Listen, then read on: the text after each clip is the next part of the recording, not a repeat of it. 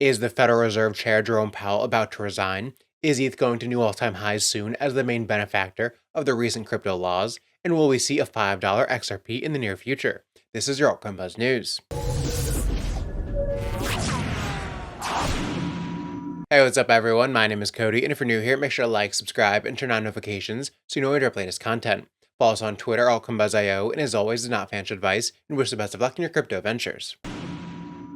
All right, good morning, guys. So starting off today, Bitcoin is looking pretty strong. I think this fractal from February 2024 is still playing out pretty closely here. I think we are in this little area of consolidation before our next leg up. Now, we are starting to pump this morning. We're just above $119,000. But last night we went just under $116,000. And I'm actually surprised if we go into the lower time frames here, we didn't take out the stops in the wicks here below 115.7. We actually stopped just around 116,100. And so there are still a bunch of safe stops that are right here. So at some point, I do expect these to get taken.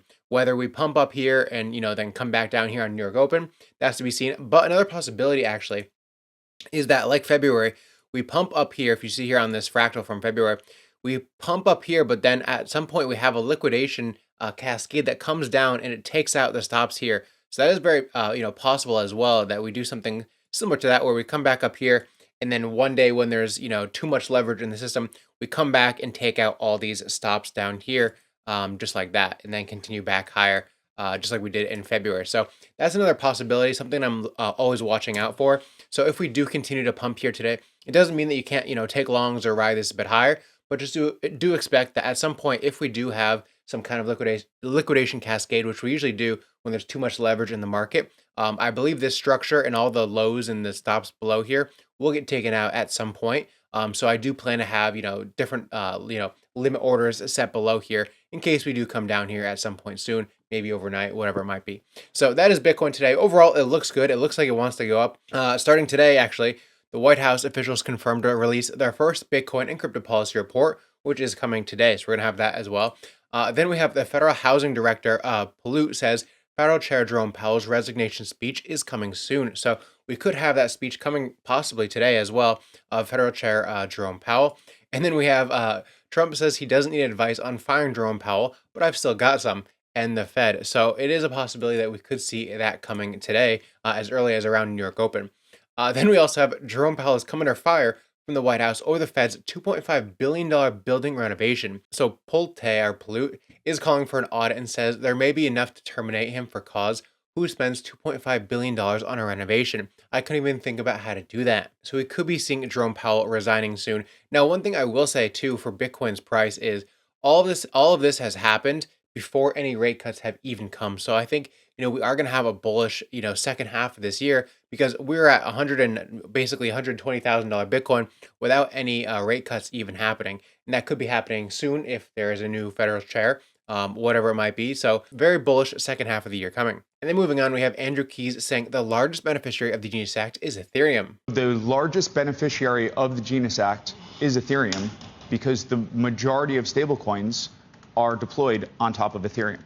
Ethereum is experiencing power law dynamics where 90% of tokenized assets and stablecoins are deployed on Ethereum, similar to the power law dynamics of Google, where 90% of searches happen with Google. Now, U.S. spot Ethereum ETFs saw over $2.1 billion in inflows just last week, making its largest weekly inflows since inception.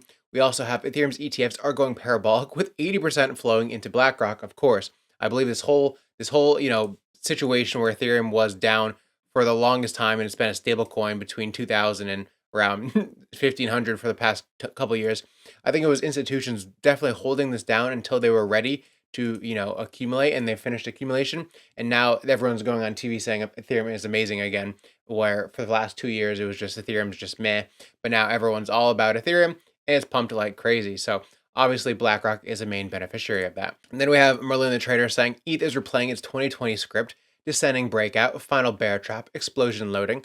Last time an 1800% rally. This time BlackRock is buying like mad, and the Ethereum staking ETF is coming. This isn't the moment to be bearish, it's the moment to position up. So we have Ethereum here. You can see here back in 2020 where we had almost a breakout, that we came back here, took out the stops below here. You can't see my mouse, but you can you can see below this line here. And then we came back up and we rallied like crazy. This is when Ethereum was the main chain and NFTs were launching like crazy on Ethereum last cycle. Right now, I think we're starting to see actually Solana take that. Solana's starting to take actually a lot more volume today. But Ethereum is still a beneficiary. I don't think we're going to do an 1800% rally on Ethereum, but we are going to break new all-time highs, I believe, pretty soon. So if we come here, we're just at 3,700. We're starting to have our first little pullback this morning. I don't know if it's going to continue. It's so strong. But I wouldn't be surprised at some point if we did cool off, because we just went from, on June 22nd, which was exactly a month ago, around $2,093 to now a top of around 3,861 in a matter of a month. So I wouldn't be surprised if at some point we just had a small little pullback down here towards maybe 34 and then continued back to break through this next level of resistance, which has been a major level of resistance around $4,000. After that, I think we're going towards new all-time highs. I think Ethereum finally has, everyone behind it, and they're finally letting it breathe and letting it start to go. So I think now that all the big institutions have loaded up, I think we're probably going to go towards the new all-time highs, break around $5,000 and beyond. If it'll go towards $10,000, I'm not entirely sure, but I think at least $6,000 or $7,000 is in play for this cycle so far. But I will say, I think Solana, it's down about 1.5% today, while Solana is up around 2%. It's peaked above $200 this morning. So I think Solana is starting to take some of that, wind from Ethereum right now. All the money has gone up in ETH. People are starting to take profit, and now they're putting the money back into Solana as an next beneficiary. So between the two, though, I think they're both going to continue to do well. Ethereum, I think, just needs a little bit of a pullback to cool off because its RSI is super high. It's been, overbought like crazy. So I think it needs a little bit of a cool off, maybe towards 3,400, and then, blasting through this major resistance around $4,000 in the near future. And moving on, we have Coinbase futures saying the wait is over. Perpetual futures have arrived in the US. No monthly expirations, traded with up to 10x leverage, fees as low as 0.02%. Now you can trade perpetual style futures on Coinbase Financial Markets, a secure and CFTC regulated platform. And so this is very bullish because we haven't had this in the US for perpetual futures. Now, I don't know if everyone's going to go out and use Coinbase and their, extremely high fees, but what this does, set the stage for is other platforms then launching perpetual futures in the US and making it so much easier for US people to use perpetual futures, because it has been this situation where US citizens aren't able to trade perpetual futures very well until this new administration. So this is very bullish for the future of what happens for crypto, and it's just going to become a lot more easy for Americans to start using crypto and crypto products. Anyway, Brian Armstrong responding to Ryan saying, here's what Wall Street doesn't understand. Coinbase isn't the Charles Schwab of crypto, it's the Amazon of crypto. And Brian says, this is correct. For anyone wanting to benefit from crypto, Coinbase is a one-stop shop for custody, trading, payments, staking, stablecoins, borrowing and lending, etc. Soon tokenization, capital formation, and more. So Coinbase is the one that is bringing everything to the masses in the US, but hopefully we'll start to see other big companies start to enter the US markets as well with all these new crypto laws that are coming out. So very bullish overall for the US market. Then moving on, we have XRP is now bigger than American Express. Let that sink in. This is just the beginning. XRP Army, let's make some noise. So we can see here, XRP is now bigger than American Express, McDonald's. We also have a John Squire saying XRP just flipped Uber, Shell, Nike, and market cap. So we're flipping a lot of people for XRP. We have $214 billion here at XRP. Goldman Sachs, the huge company, Goldman Sachs, $217 billion. XRP is probably coming for that, in the next day or two, which is wild. And then we have Ali Chart saying the last time the MVRV ratio flashed a golden cross on XRP, it soared 630%. That signal just appeared again. And then we have Austin King saying most people don't understand the impact of RLUSD will have on the XRP ledger. If you think this is just about a stable coin, you're missing the scale of this opportunity by over 1000x. Here's the actual strategy that Ripple is pursuing and the impact it will have on XRP. The RLUSD daily volumes are already exceeding $300 million. Additionally, dozens of teams are working with Omni to integrate RLUSD into their products. While this is all exciting, it's just the tip of the iceberg. This week, Ono Finance announced that they're launching tokenized treasury bills on the XRP ledger. If you've been following me, you may have seen this coming. Now we're starting to see the next stage of Ripple's actual strategy. Step 1, prove out tokenization technology by launching RLUSD. Step 2, begin expanding with low-risk tokenized assets like treasury bills, low trillions of dollars. Step 3, tokenized debt and equities, tens of trillions. Step 4, tokenized derivatives and beyond, hundreds of trillions. Ripple is going to bring trillions from traditional finance onto XRP. Omni is going to expand those trillions across the rest of the on-chain financial system. This will cement XRP at the center of the entire on-chain economy. A flywheel effect will take place. XRP will tokenize more assets. Omni will expand those assets across on-chain economy, incentivizing more institutions to tokenize assets on XRP. This is the 1000x opportunity. It's going to happen sooner than you expect. Now, XRP is looking very good here. It looks very similar to this fractal that I had played out from this expansion back here in November. But overall, I think it doesn't have to play out to the T, just like this, but it kind of is a good idea of what could happen. And I do think on the daily chart here, we do look like we want to continue up higher. So we're at $3.51 today. I do see us, running towards the $4 mark very soon, especially with how this candle is. This buyback candle here looks very bullish today.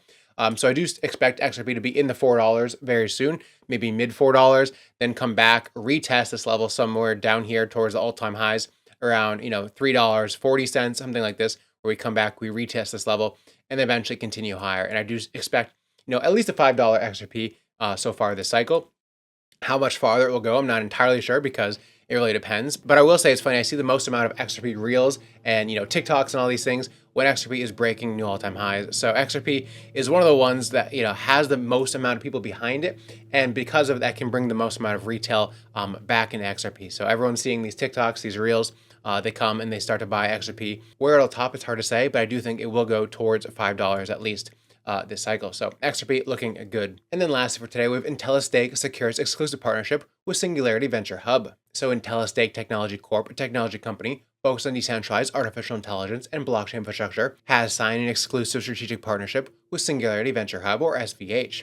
Under the partnership framework, SVH will manage digital asset operations for Intellistake and serve as the company's supporting partner for security, custody, and treasury management. The AI Web3 Venture Accelerator manages over $90 million in digital assets and specializes in blockchain innovations. Additionally, the firm has established a track record in incubation and token launches, including utility tokens and rolled asset tokenization projects, with a combined fully diluted valuation of over $250 million for incubating clients and more than 20 clients in its incubation program. The partnership comes as the global AI crypto market is expected to grow from $3.7 billion in 2024 to $46.9 billion by 2034. The tokenization of rolled asset market has grown from $5 billion in 2022 to over $24 billion in June of 2025, with analysts projecting it could reach 16 to 30 trillion by 2034. So big things coming for AI and crypto. And that is the video for today, guys. We are sitting just above $119,000 today.